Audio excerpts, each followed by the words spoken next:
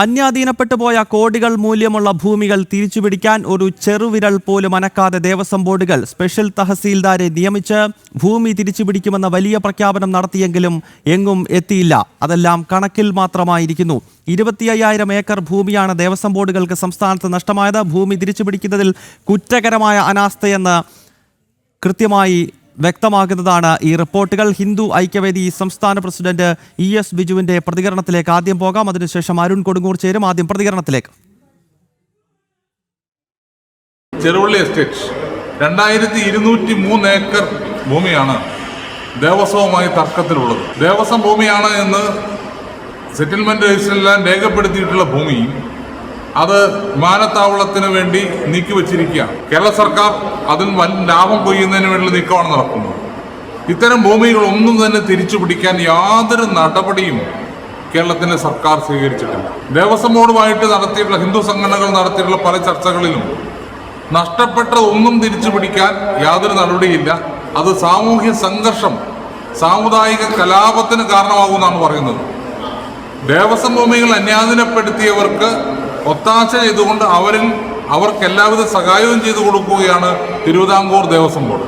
2024-ലും 2023-ലും Devaswom board ഔദ്യോഗികമായി ചർച്ച നടത്താൻ തയ്യാറായെങ്കിലും അതിന്മേൽ യാതൊരുവിധ നടപടിയും സ്വീകരിക്കാൻ തയ്യാറായിട്ടില്ല.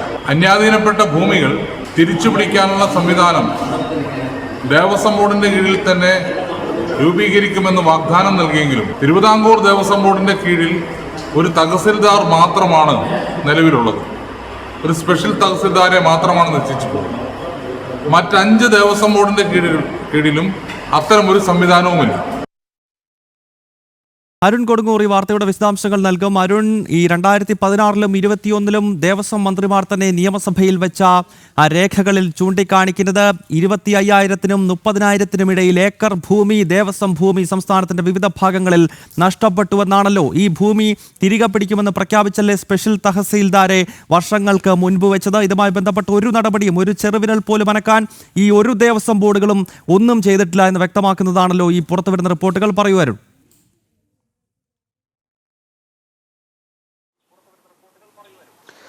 തീർച്ചയായും കഴിഞ്ഞ 2 ആഴ്ചകളായി നമ്മൾ ഏറ്റവും പ്രധാനപ്പെട്ട ചർച്ച ചെയ്യുന്ന ഒരു വിഷയമാണ് ദേവസ്വം ബോർഡിൻ്റെ ഭൂമി അന്യാധീനപ്പെട്ടു പോകുന്നു. കോടികൾ മൂല്യമുള്ള ഈ ഭൂമി ഇങ്ങനെ അന്യാധീനപ്പെട്ടു പോകുന്നു. ഇതിന് കാരണം എന്ത് എന്ന് അന്വേഷിച്ചു പോകുമ്പോഴാണ് ഇത് നമ്മുടെ സ്വന്തം ഭൂമിയാണെങ്കിൽ അത് തിരിച്ചു പിടിക്കാൻ നമ്മൾ ഏതെങ്കിലും തരത്തിലുള്ള ഒരു ഇടപെടൽ നടത്തുക. അത് മനുഷ്യനാണെങ്കിൽ പോലും ഓരോ വ്യക്തി എന്ന നിലയിൽ പോലും അവർ ഏതറ്റം വരെയും പോയി ഈ ഭൂമി തിരിച്ചു പിടിക്കാനുള്ള നടപടിക്രമങ്ങളൊക്കെ തന്നെയും പോകും. നിർഭാഗ്യവശാൽ ഈ ദേവസ്വം ബോർഡുകൾ, ഒരു ദേവസ്വം ബോർഡല്ല, എല്ലാ ദേവസ്വം ബോർഡിൻ്റെയും കഥയാണ്.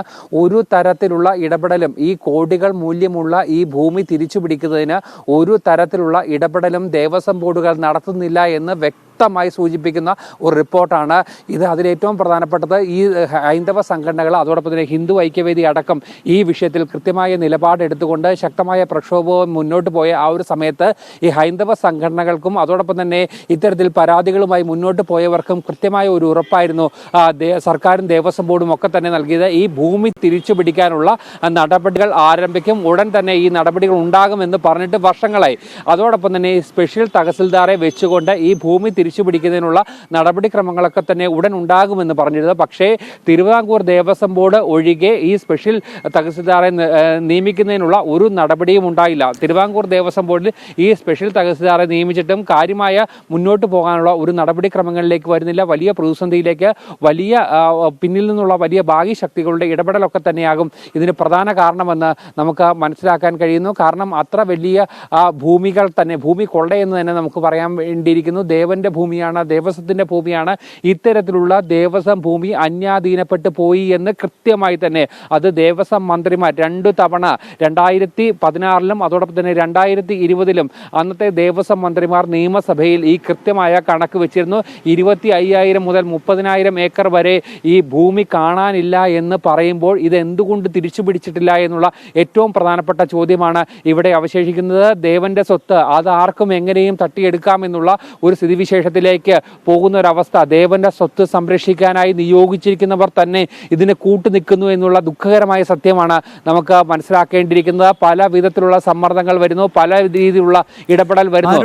പ്രതിഷേധങ്ങൾ ഉണ്ടാകുമ്പോൾ ബിജു, അദ്ദേഹം ഹിന്ദു ഐക്യവേദിയുടെ മുതിർന്ന നേതാവ് ES ബിജു, അദ്ദേഹം പല തവണ ഈ ക്ഷേത്രഭൂമി തിരിച്ചുപിടിക്കുവാനുള്ള പോരാട്ടങ്ങളിലും ഒപ്പം ഇതുമായി ബന്ധപ്പെട്ട കേസുകളിലും ഒക്കെ ഭാഗമായിട്ടുള്ള ഒരു വ്യക്തിയാണല്ലോ. അദ്ദേഹം പറഞ്ഞത് വളരെ ശ്രദ്ധേയമായ ഒരു കാര്യമാണ്. ഈ ക്ഷേത്രഭൂമി തിരിച്ചുപിടിക്കണം എന്ന് സർക്കാരിനോട് ആവശ്യപ്പെടുമ്പോൾ സർക്കാരും ദേവസ്വം ബോർഡും പറയുന്ന ഒരു കാര്യം ശ്രദ്ധിക്കുക. അതായത് അതൊരു മതസ്പർദ്ധയുണ്ടാകും.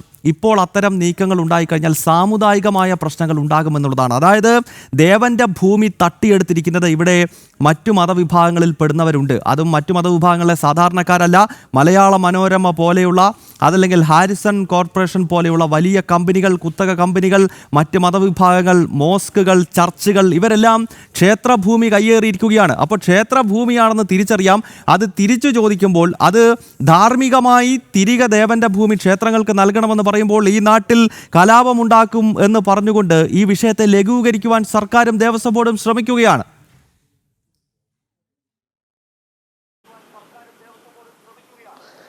തീർച്ചയായും അതുതന്നെയാണ് അദ്ദേഹത്തിൻ്റെ വാക്കുകളിൽ നിന്ന് വ്യക്തമാക്കുന്നത്. വിചിത്രമായ ഒരു മറുപടിയാണ്. നമ്മൾ ഈ ഒരു ക്യാമ്പയിൻ്റെ ഭാഗമായി പല ആളുകളെ ബന്ധപ്പെടുമ്പോൾ നമുക്ക് മനസ്സിലാകുന്ന ഒരു പ്രധാനപ്പെട്ട കാര്യം, ഇത് പല ഉദ്യോഗസ്ഥർക്കും ഈ കാര്യങ്ങളെക്കുറിച്ച് കൃത്യമായി അറിയാം. പക്ഷേ അവരൊക്കെ ആരെയോ ഭയപ്പെടുന്നു. ഈ രേഖകൾ കൃത്യമായി കയ്യിലുണ്ട്, പക്ഷെ അത് പുറത്ത് കാണിക്കാൻ അവർ ആരെയൊക്കെ ഭയക്കുന്നു.